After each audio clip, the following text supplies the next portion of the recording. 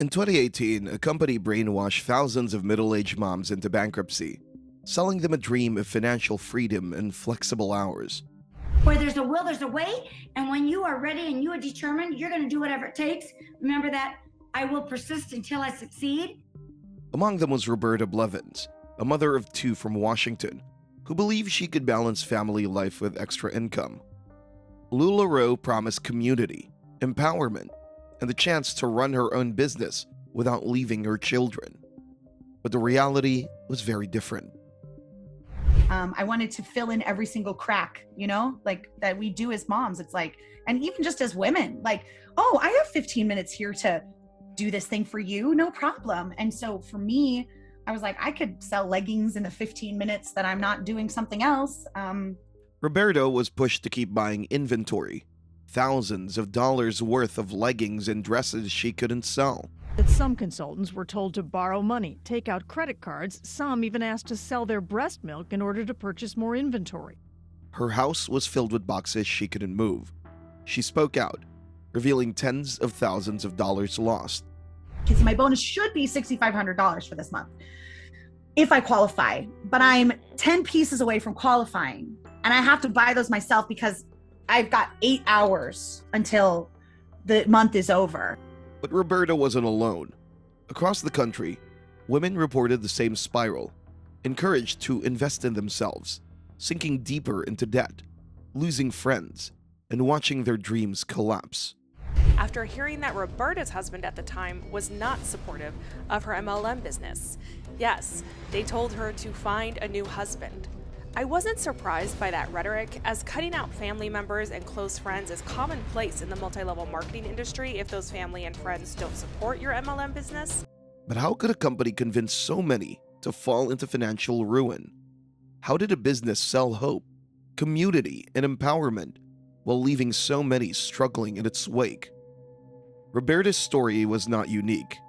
Across the country, women chased a dream that the system was designed to take from them. LuLaRoe's pitch was simple. You could be a good mom and still bring money. You could build something while your kids were at school or while dinner was on the stove. And all of it came wrapped in words like empowerment and flexibility. Her face, as most MLM CEOs prefer to let others do their dirty work for them. But that's not all that's been said, as Roberta heard and saw so much that she was asked by the Washington State Attorney General to be a witness into the destructive business practices of LuLaRoe. To join, consultants were expected to invest thousands of dollars in inventory. It was in 2016, I don't remember. It was somewhere between $7,000 and $9,000. I know. It's a lot. And like I said, I made it back within like the first week. That's the sort of numbers that was happening in this company. It was an illegal pyramid scheme at the time. LuLaRoe understood something about how people buy. They would release prints in small batches, give them names like unicorn prints, and suddenly, a pair of leggings felt like something to chase. Consultants scrambled to grab them before they disappeared, buying on impulse and often buying more than they would ever sell. But this scarcity was never an accident. That was the point all along. They made the clothes feel like status. They made the $5,000+ buy-in feel like faith in yourself. So many women signed up because they were told this was what stepping into success looked like. Then you will hit coach and you will hit mentor by the end of the year. We are going to stack you. We are going to build you. It is going to be incredible. You just wait to see the checks that you're going to get once you hit these ranks. Wait how you're just going to see your checks are just exponentially double and triple. It's going to be incredible. And that's almost exactly like what happened. Confirmation bias, because you have all these successful people above you. The way the company spread wasn't random either. LuLaRoe moved through Mormon networks and through church circles where trust already existed. One woman joined, then her friends, then people she'd grown up with. The structure was already there. This company was only taking advantage of it. Mark starts spouting off passages from the Book of Mormon. In those circles, modest tunics and leggings fit naturally into church culture. They also doubled as recruitment tools. Women brought in friends, neighbors, and fellow congregants, and because each invitation came from someone familiar, The business moved through communities quickly and with very little skepticism. I was familiar with pyramid schemes and MLMs and things like that. So I was sort of looking for those telltale signs. Honestly, one of the first things I Googled is LuLaRoe a scam? And there was nothing then. If you Google that now, you'll find very different things. The promise at the center was simple too. Full-time pay for part-time work. It showed up in training, at conventions, as well as in the conversations that women got to sign. In the company's documentary, Lula Rich, former consultants talk about how that message made them believe steady income was actually within reach. Later, internal earnings data suggested most distributors weren't earning what the slogan seemed to promise. But new recruits didn't see that yet. The only thing they saw was praise in the Facebook groups full of women calling each other boss babe and queen. Even the live sales they witnessed convinced them more. And this rush of validation made the upfront cost feel smaller. Wanted them to drink the Kool-Aid. Let's just shower people with events. In 14 months, we experienced $2 billion worth of growth. They're using cheap language of feminism. But behind the glitter of leggings and unicorn prints was a machine built to generate debt more than income. Every new consultant faced a steep entry point. To join, women paid $5,000 to $25,000 for initial inventory. Monthly purchase commitments kept the money flowing out long before any profit arrived. To you since I watched your Vice documentary, before I'd ever talked to you personally. Our bonuses based on how much we purchased and not how much we sold. So if you're not selling 175 pieces, you're losing money. Right. And there's all kinds of other scams inside where Soon, many discovered that the clothing itself wasn't guaranteed to sell. This left rooms, garages, and basements full of unsellable stock. there's boxes to the ceiling. It's just, Wow. that's where it's at. If that's, if you want it, then that's where it's at. Do you want it back? Because I would have loved to give you guys it back, but you told me you weren't going to give me any refund at all. So I kept it. To move up in LuLaRoe, consultants brought recruits. Promotions, rank bonuses, and the perks that mattered came from bringing in new consultants, not from selling more clothes.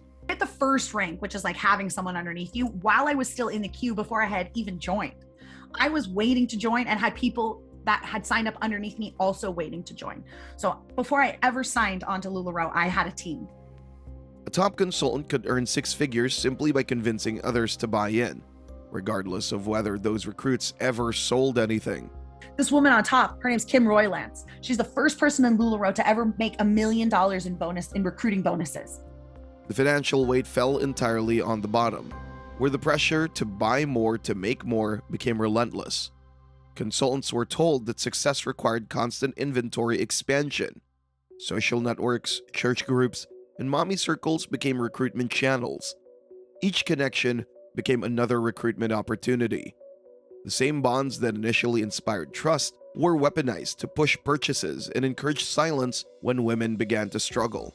I had people joining me. I never had to recruit. Everyone was coming to me. Oh my gosh, you sell those leggings. I've been wanting to join. Can I join under you? Sure, no problem. People from all walks of life. I mean, these were like girls that I went to high school with that were reaching out to me. They were my sister's friends that were reaching out to me. These were people that I had worked with, people that I mean, just all walks of life were like, I want to do this with you. And I was like, okay. Shortly after, court filings pulled back the curtain. Initial earnings reports confirmed what many had started to suspect. Most consultants never recovered their investment. Meanwhile, the webinars kept going on, and the motivational stages kept shining. But underneath, thousands were sinking, while a few profited greatly. Washington State Attorney General to be a witness into the destructive business practices of LuLaRoe. Roberta happily worked with the Washington AG to provide them with all the evidence and insider knowledge she had, knowledge she wasn't allowed to yet talk about in our last interview. Nothing was broken at LuLaRoe. The machine ran just like they designed it. The women chasing financial freedom just hadn't figured that out yet. For a lot of women, the cracks showed up fast. They started noticing that the leggings and tunics they invested thousands of dollars in often tore after a few wears or arrived in inconsistent sizes. Some garments labeled one size fits all could fit a child or barely cover an adult, leaving customers disappointed. This left the retailers stuck to inventory they invested heavily on. You most likely heard how LuLaRoe distributors were scammed out of thousands of dollars after receiving inventory that was wet, moldy, and so thin they could poke their fingers through it. But instead of support, these complaints were passed back to the consultants, who were now responsible for handling refunds, exchanges, and angry messages. Each unsold or returned item added to mounting debt, turning what was supposed to be a path to independence into a financial trap. This pushed some distributors to speak out early, warning friends and recruits that the business model was unsustainable. Those questions are like, well, I'm not really sure. So we're gonna have to ask so-and-so. And like, even the answers I got from so-and-so were still like, okay, but They're always vague. and they were very vague, and they were very like, I don't really know. That's never happened before. I had gotten a ton of like moldy and wet and stinky leggings the summer before, and everything that I was told was like, no, that couldn't be happening. And I'm just like, you're literally gaslighting me. I had to not only just be a voice for me, but a voice for everybody that was on my team that didn't have a voice. They posted about the quality issues. They talked about the boxes of product piling up. They asked where the promised income was, and then they went quiet. That was because the company made it hard to complain, and other women were not in support. Gabrielle Aranda is a former LuLaRoe retailer. She said she joined the company this past spring to spend more time with her family, but ended up investing and losing more than $9,000 in just a few months. The new consultants who asked questions in private Facebook groups or at conventions were told to trust the system or risk losing community status. All right. All the people that were like, you're amazing, are like, you're the worst, Roberta. You're the worst. We hate you. How dare you? Get your negativity out of here. We knew you wouldn't be successful. Sorry we wasted our time on you. Like that sort of stuff.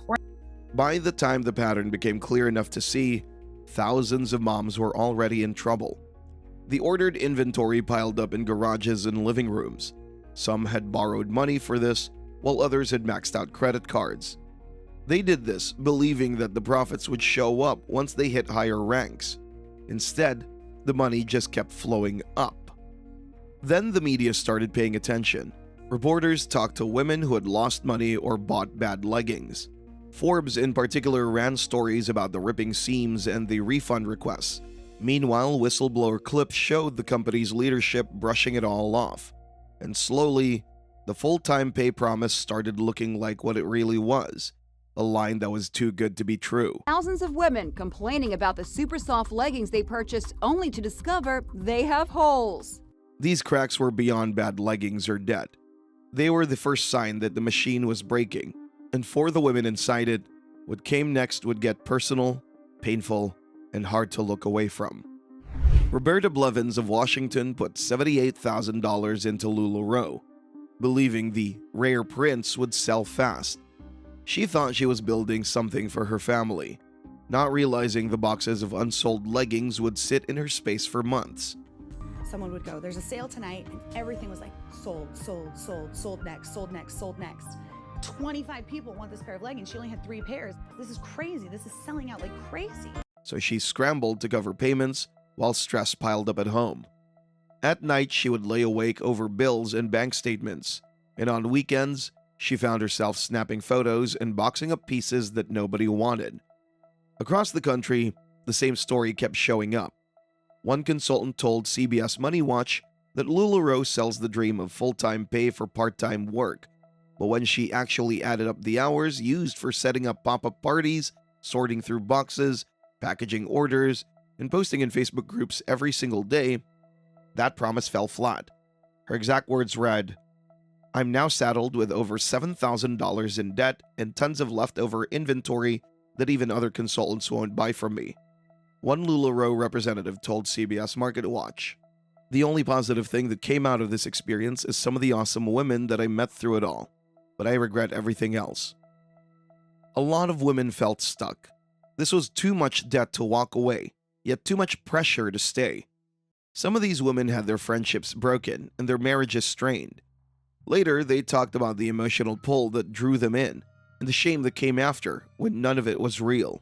In a Reddit community, one lady wrote, "I felt unbelievably, incredibly stupid. I still do. To this day, 4 years later, I'm embarrassed that I got so duped.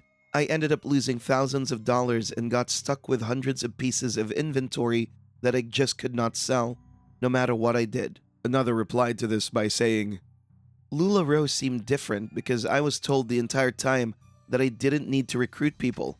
I could just sell. So I convinced myself it wasn't like the other MLMs until I started to realize it was almost worse. Years later, they're still picking up the pieces. Former distributors post their stories online now, talking openly about what it did to them. The stress, depression, and isolation. Each account shows the same pattern. LuLaRoe left ruined finances, broken relationships, and lasting trauma. A business built on the backs of women who are promised empowerment and delivered debt. Mark and Deanne Stidham are the faces of LuLaRoe. They showed up as champions of women, community builders, and supporters of moms who just wanted a way to earn from home. And I've decided I'm going to turn over all my business to my brother, Kurt. Our goal then became, how do we help our retailers find their best self? In public, everything looked perfect. Smiling faces, confident speeches, and glossy convention photos. They talked about opportunity, about growth, about believing in yourself. Behind the curtain, it looked nothing like that. Court filings and leaked documents later showed the Stidhams had pulled in tens of millions for themselves. However, most of their distributors couldn't say the same. While these women scrambled to meet quotas, drowning in debt and boxes that wouldn't sell, the founders quietly moved money around, far away from their reach. Inside, the culture ran on secrecy and loyalty.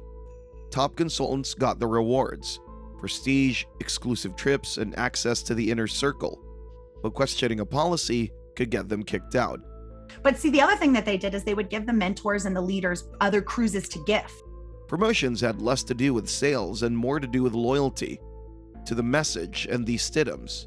The people inside described how dissent just got quietly handled, and complaints about inventory, money, or the pressure got waved away. Line told I was negative and I just need to stay a little longer and I need to stop reading and talking to people outside and I need to not be friends with those people because they're negative and they're making me think things that aren't true. And the founders lived differently from their distributors.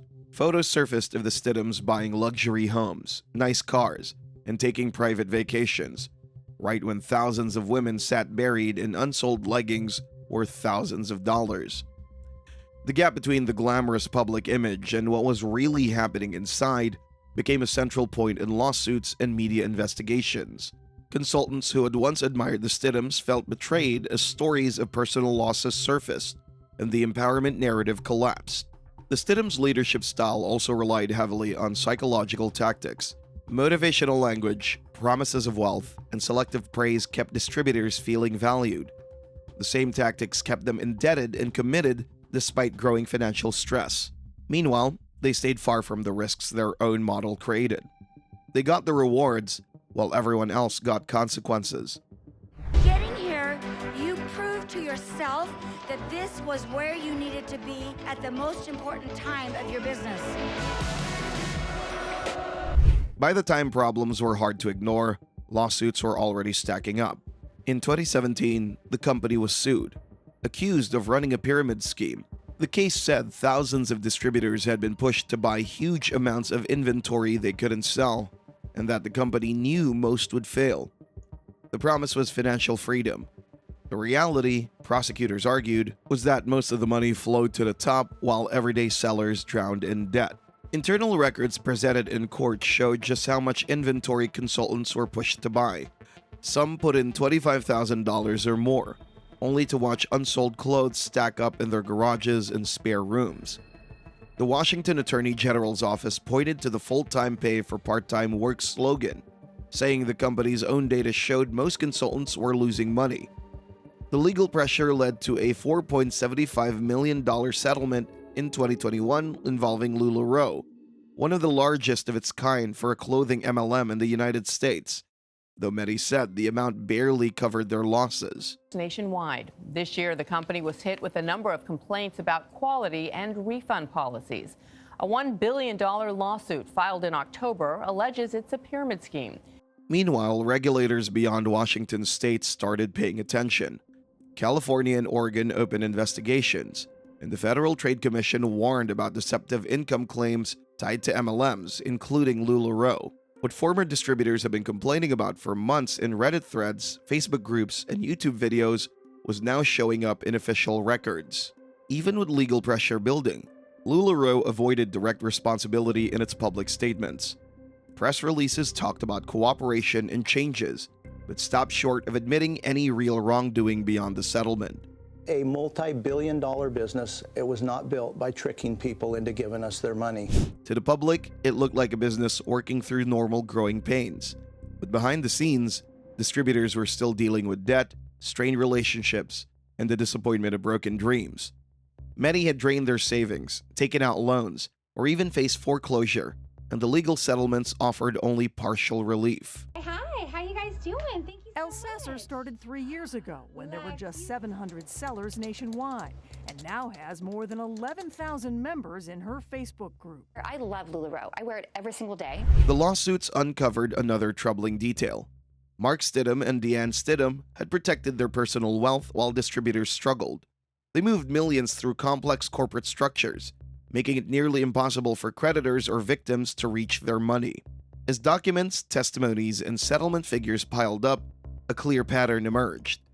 Most distributors were set up to fail, while a small group at the top stayed protected.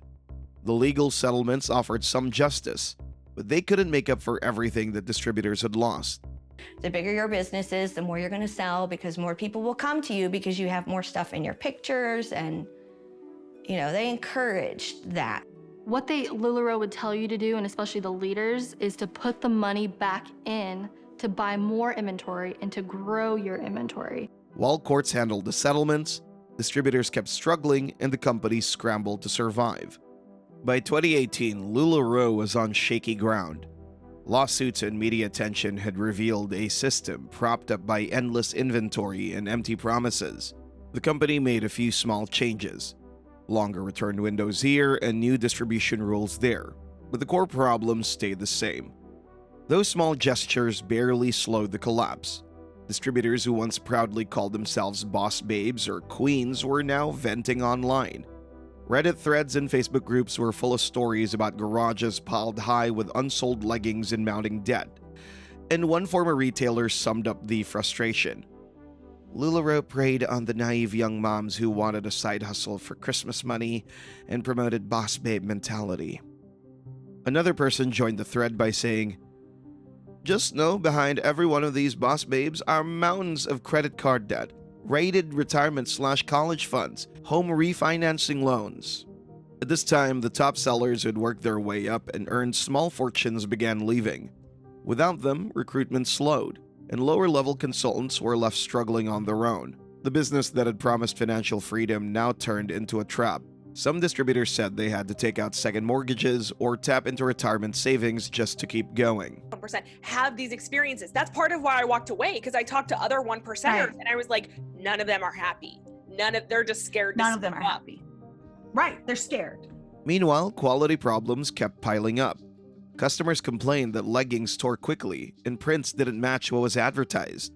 Those complaints landed on the consultants, who had to deal with tense conversations and personal losses. Also, the refunds were inconsistent, and guidance from LuLaRoe was often unclear or conflicting. In receiving merchandise that I just was not able to sell to anyone because it was crap.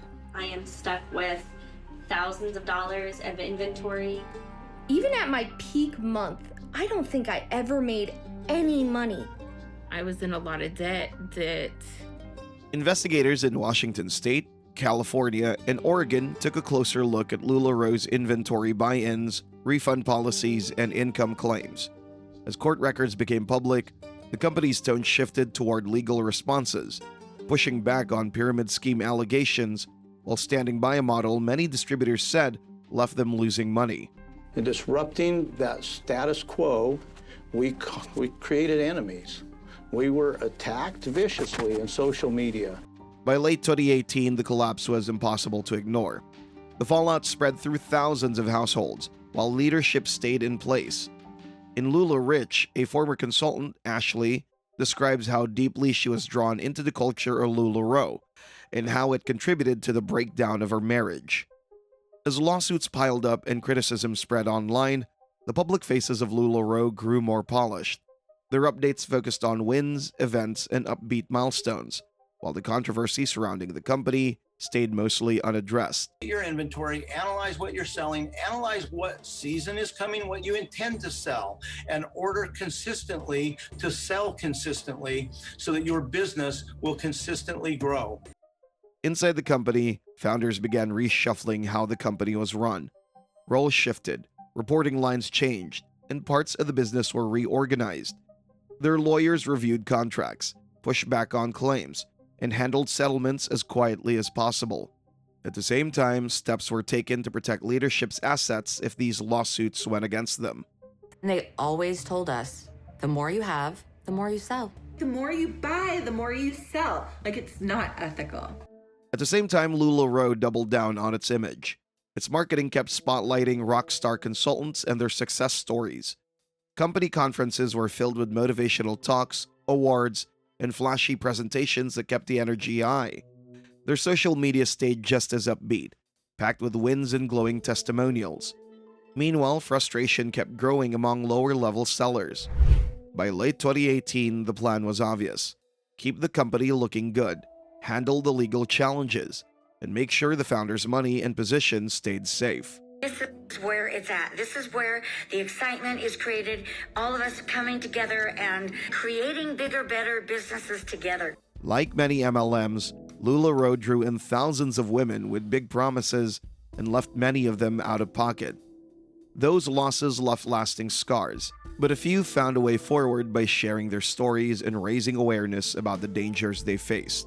You know, on my time with LuLaRoe, I just felt like I was untouchable, basically. I just wanted to keep making more. Like, it was never enough. Like, if I made $25,000, the next month I wanted to do $30,000. So I got addicted to working, I guess, and I got addicted to the sale.